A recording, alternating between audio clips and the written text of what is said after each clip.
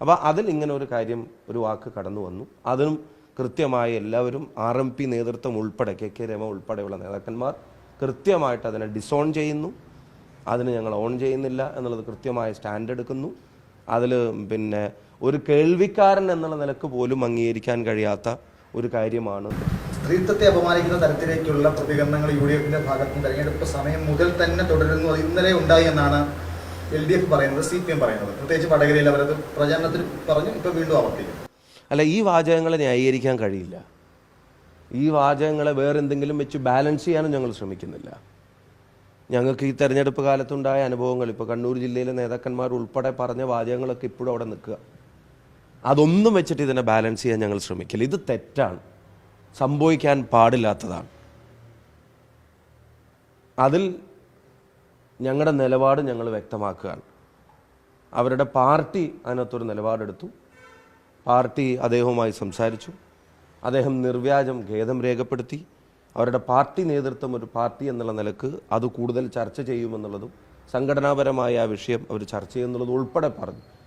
അപ്പോൾ പറഞ്ഞു പോയത് അവനവൻ്റെ പാർട്ടിക്കാരനായതുകൊണ്ട് എങ്ങനെയെങ്കിലും ന്യായീകരിക്കാനോ ഉരുണ്ട് കളിക്കാനോ വേറെ എന്തെങ്കിലും വെച്ച് ബാലൻസ് ചെയ്യാനോ ഒന്നിനും ഞങ്ങൾ ശ്രമിക്കുന്നില്ല. ഇത് പാടില്ലാത്ത കാര്യമായിരുന്നു. അത്തരമൊരു വാക്ക് ഞാനതാണ് ആവർത്തിച്ച് പറയുന്നത്. പ്രസംഗത്തിൽ മാത്രമല്ല, ഒരു സ്വകാര്യ സംഭാഷണത്തിൽ പോലും പറയാൻ പാടില്ലാത്ത വാക്കുകളാണ് അവിടെ ഉപയോഗിച്ചത്. അതിനൊരു ജസ്റ്റിഫിക്കേഷൻ ഇല്ല.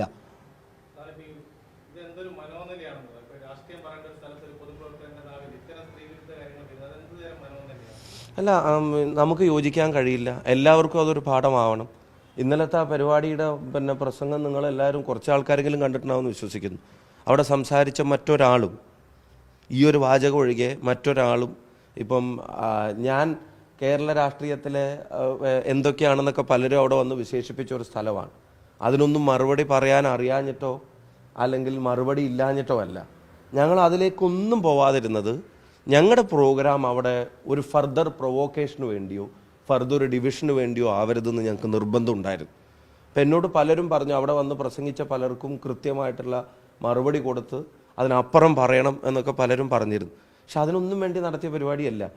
ഇപ്പം ഒട്ടും അംഗീകരിക്കാൻ കഴിയാത്തതായിട്ടുള്ള പല പ്രയോഗങ്ങളൊക്കെ ഞങ്ങൾക്കെതിരെ ആ സ്ഥലത്ത് തന്നെ ഉണ്ടായിട്ടുണ്ട്. ഞങ്ങൾ അതൊക്കെ അവഗണിച്ച് അതിനേക്കാൾ ഗൗരവം ആ നാടിൻ്റെ ഐക്യത്തിനാണെന്ന് വിശ്വസിച്ച് അതിനു വേണ്ടിയാണ് ഞങ്ങളെല്ലാവരും ഞങ്ങളുടെ പ്രസംഗവും സമയമൊക്കെ അവിടെ ചെലവഴിച്ചത്. അതിൽ കടന്നു വന്ന ഈ ഒരു വാക്ക് അത് തെറ്റാണെന്ന് ഞങ്ങൾ പറയുകയും ചെയ്യുന്നു. അപ്പോൾ ആ മനോനില ആർക്കെങ്കിലും ഉണ്ടെങ്കിൽ അത് തിരുത്തണം. അതെല്ലാവർക്കും ഒരു പാഠമാണ്. അങ്ങനെ ആളുകളെ കാണുമ്പോൾ അറിഞ്ഞോ അറിയാതെയോ അങ്ങനെ പറയാൻ പാടില്ല. അറിയാതെ പറഞ്ഞു പോയതാണ് എന്നും അങ്ങനെയും പറയാൻ പറ്റിയൊരു കാര്യമല്ല ഇത്. അറിഞ്ഞോ അറിയാതെ അത് പറയാൻ പാടില്ല.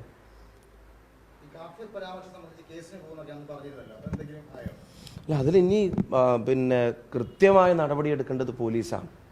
പോലീസ് എന്താണ് അത് ഡിലേ ചെയ്യുന്നത് എന്നുള്ളത് മനസ്സിലാവുന്നില്ല. കാരണം ഒരു നാടിൻ്റെ സമാധാനം ഉറപ്പിക്കേണ്ട ഉത്തരവാദിത്തമുള്ള ആളുകളാണ് പോലീസ്.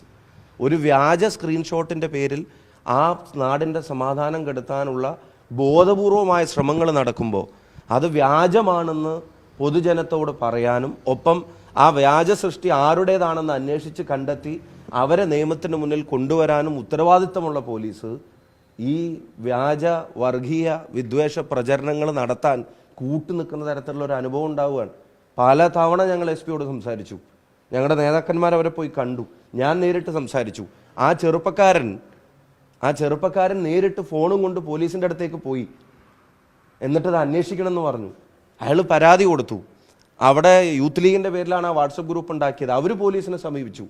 എന്നിട്ട് FIR ഇട്ടു. ഇത്ര ദിവസമായിട്ടും അതിൽ നടപടി ഇല്ലാതിരിക്കുന്നത് ഈ ഭിന്നിപ്പിക്കാനുള്ള ശ്രമങ്ങൾക്ക് പോലീസ് കൊടുക്കുന്ന പിന്തുണയായിട്ട് അത് മാറുകയാണ്. അത് പാടില്ല. പക്ഷെ ഒരു കാര്യം ഉറപ്പാണ്, അത് വ്യാജമാണെന്ന് കേരളത്തിലെ പൊതുസമൂഹത്തിന് ബോധ്യപ്പെട്ടു. അത് വ്യാജമാണെന്ന് CPM-കാർക്ക് പോലും ബോധ്യപ്പെട്ടു. അതിൻ്റെ പേരിൽ വടകരയിൽ ഒരു വർഗീയ ധ്രുവീകരണവും നടന്നിട്ടില്ല എന്ന തികഞ്ഞ ആത്മവിശ്വാസം ഞങ്ങൾക്കുണ്ട്. വടകരയിലെ ജനങ്ങളെ അങ്ങനെ കീറിമുറിക്കാൻ സാധിക്കില്ല. അവർ 4-ാം തീയതി അവർ കുറിച്ചു വെച്ചിരിക്കുന്ന വിധി എന്താണെന്ന് പുറത്തു വരുമ്പോൾ അത് വളരെ ക്ലിയർ ആവുകയും ചെയ്യും.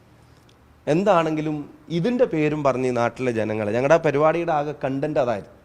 ഇപ്പം വിവാദങ്ങൾ ഞങ്ങളതിന് മറുപടി പറഞ്ഞു. പക്ഷേ അതിൻ്റെ ഏറ്റവും പ്രധാനപ്പെട്ട ബേസ് ഞങ്ങൾ ജനങ്ങളോട് ആവർത്തിക്കാൻ ആഗ്രഹിക്കുന്നു. കാഫിർ എന്ന പ്രയോഗം തന്നെ ഒരു വ്യാജ സൃഷ്ടിയാണെന്ന് അറിഞ്ഞിട്ടും ഇന്നലെ പ്രതിപക്ഷ നേതാവ് പറഞ്ഞ പോലെ അതിൻ്റെ പേരിൽ ഈ നാട്ടിലെ ജനങ്ങളെ ഭിന്നിപ്പിക്കാൻ നടത്തുന്ന എല്ലാ ശ്രമങ്ങളും എല്ലാവരും ഉപേക്ഷിക്കണം. തെരഞ്ഞെടുപ്പിൻ്റെ ജയപരാജയങ്ങൾക്കപ്പുറത്തേക്ക് നാടൊരുമിച്ച് മുന്നോട്ട് പോട്ടെ എന്നുള്ളതാണ്. അതിനുവേണ്ടി എല്ലാവരും പരിശ്രമിക്കണം എന്നുള്ളതായിരുന്നു ഇന്നലെ ആ പ്രോഗ്രാമിലൂടെ ഞങ്ങൾ വടകരയോടും കേരളത്തിൻ്റെ പൊതുസമൂഹത്തോടും പറയാൻ ആഗ്രഹിച്ചത്. അപ്പോൾ അതിൽ ഇങ്ങനെ ഒരു കാര്യം, ഒരു വാക്ക് കടന്നു വന്നു. അതിനും കൃത്യമായി എല്ലാവരും RMP നേതൃത്വം ഉൾപ്പെടെ KK രമ ഉൾപ്പെടെയുള്ള നേതാക്കന്മാർ കൃത്യമായിട്ട് അതിനെ ഡിസോൺ ചെയ്യുന്നു. അതിന് ഞങ്ങൾ ഓൺ ചെയ്യുന്നില്ല എന്നുള്ളത് കൃത്യമായ സ്റ്റാൻഡ് എടുക്കുന്നു. അതിൽ പിന്നെ ഒരു കേൾവിക്കാരൻ എന്നുള്ള നിലക്ക് പോലും അംഗീകരിക്കാൻ കഴിയാത്ത ഒരു കാര്യമാണ് എന്നുള്ളത് ഞങ്ങൾ തുറന്നു പറയും.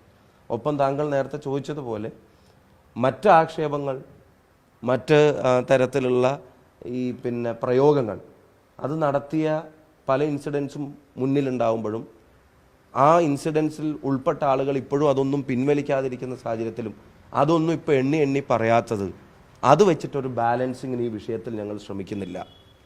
V completely disown that statement. അർത്ഥശങ്കയ്ക്കിടയില്ലാത്ത വിധം നോ ഇഫ്സ് ആൻഡ് ബട്ട്സ്, പക്ഷേന്നോ ഒരു പക്ഷേന്നോ അതങ്ങനെയാണെങ്കിൽ ഇങ്ങനെയാണെന്ന് ഒന്നുമില്ല. ഇത് ശരിയല്ല, പാടില്ലാത്തതായിരുന്നു, സംഭവിക്കാൻ പാടില്ലാത്തതാണ്. അതൊരു പാഠമാവട്ടെ എല്ലാവർക്കും. ഇനി അങ്ങനെ സംഭവിക്കാനും പാടില്ല.